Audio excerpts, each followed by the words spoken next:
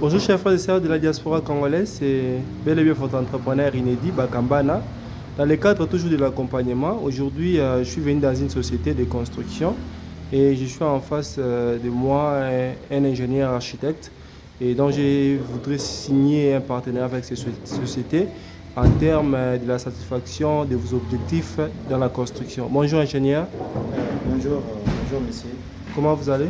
Ouais, Dieu fait grâce. Ah. J'espère aussi ça va bien de votre côté. Effectivement.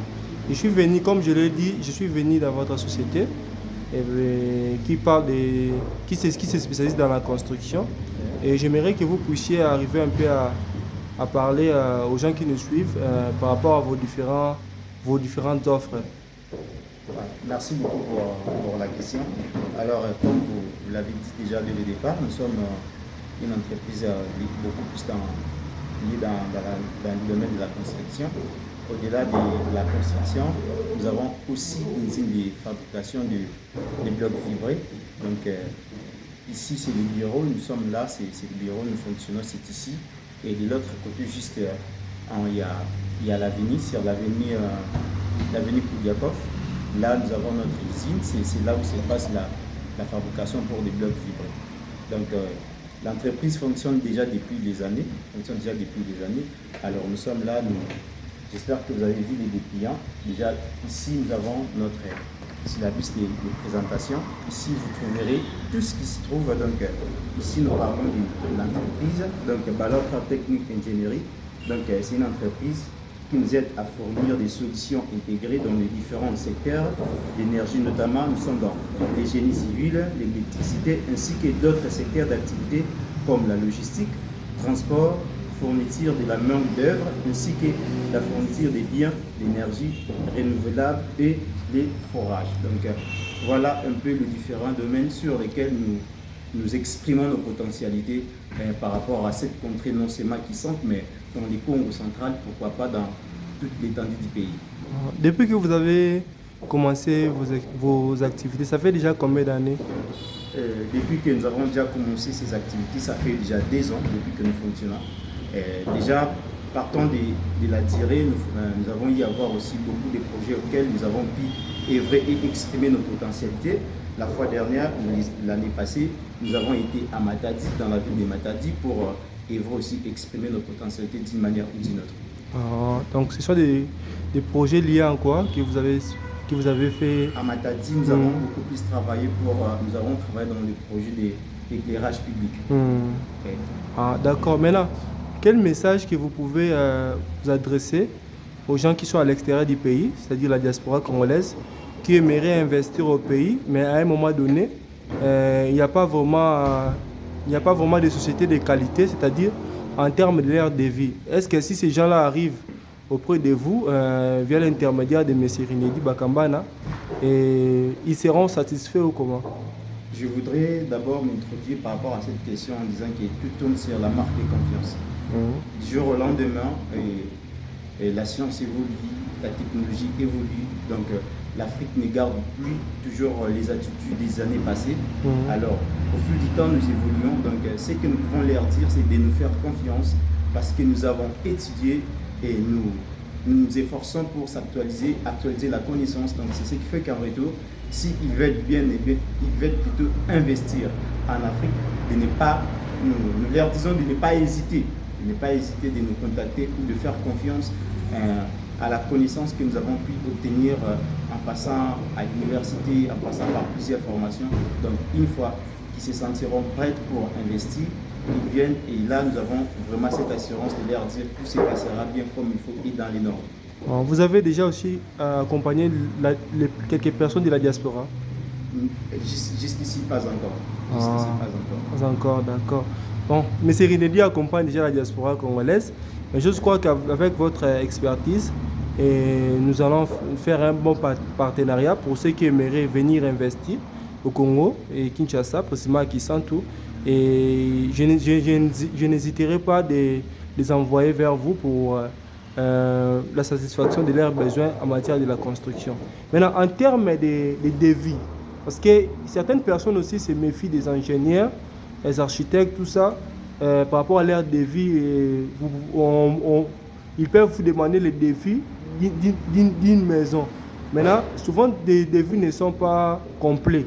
Maintenant, chez vous là-bas, quand une personne se présente et veut que vous puissiez construire pour elle une maison peut-être de 3 chambres, et il y a vraiment un devis complet, c'est-à-dire quand il donne l'argent, donc elle ne va plus donner encore. Je ne sais pas si ici il y a cette politique-là. Et je comprends. Alors, s'il faut répondre à cette question, je m'introduirai en disant que l'excellence a des exigences. Vous voyez, l'excellence a des exigences. Je pense qu'en ce qui concerne les devis, ici, dans notre entreprise, nous fonctionnons dans le sens où, quand nous construisons des devis et nous commençons des devis jusqu'à la fin. Sauf que peut-être que non, les devis pourraient apparaître colossal. Et je pense que malgré que cela pourrait être colossal, nous ne manquons pas d'identifier ou d'énumérer chaque détail dans chaque fonctionnalité des choses pour au moins signifier que si nous avons demandé autant, c'est pour faire tel x, y travaux. Donc si une personne donne l'argent demandé au devis, donc elle ne va plus encore donner quelque chose. C'est cet argent-là que vous allez faire tout pour elle. Nous pouvons assurer quelque chose comme ça sans pourtant aussi oublier qu'en ce qui concerne le domaine des techniques, il y a aussi cet aspect des choses qu'on appelle les imprévus. Il y a aussi cet aspect des choses qu'on appelle les imprévus, mais qu'à cela mutuel. Mais ces imprévus-là aussi pourraient être mentionnés dans les devis, non? Bien sûr que oui, bien sûr que oui. Il y a, comme je le disais tantôt, il y a aussi cet aspect des choses qu'on appelle, il y a un domaine des imprévus, mais avec notre système de fonctionnalité, il se trouve aussi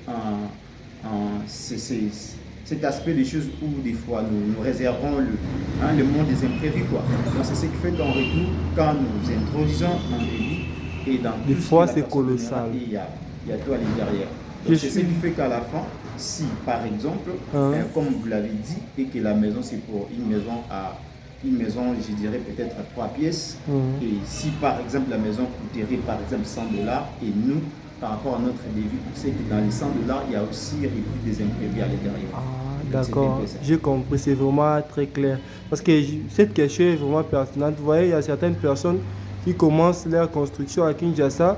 On fait un devis peut-être de $5,000, la personne donne $5,000. À un moment donné, on commence à dire que ah, tu sais qui est local, tout ça. Or, mais la diaspora congolaise ne veut pas ça. C'est-à-dire, quand on demande un devis, il faudrait que ce devis soit complet. Batol, surtout, et pour que on sait que non, quand je paie peut-être les $10,000, je sais que tout est dedans. Même si le devis sera colossal, que la personne sait que non.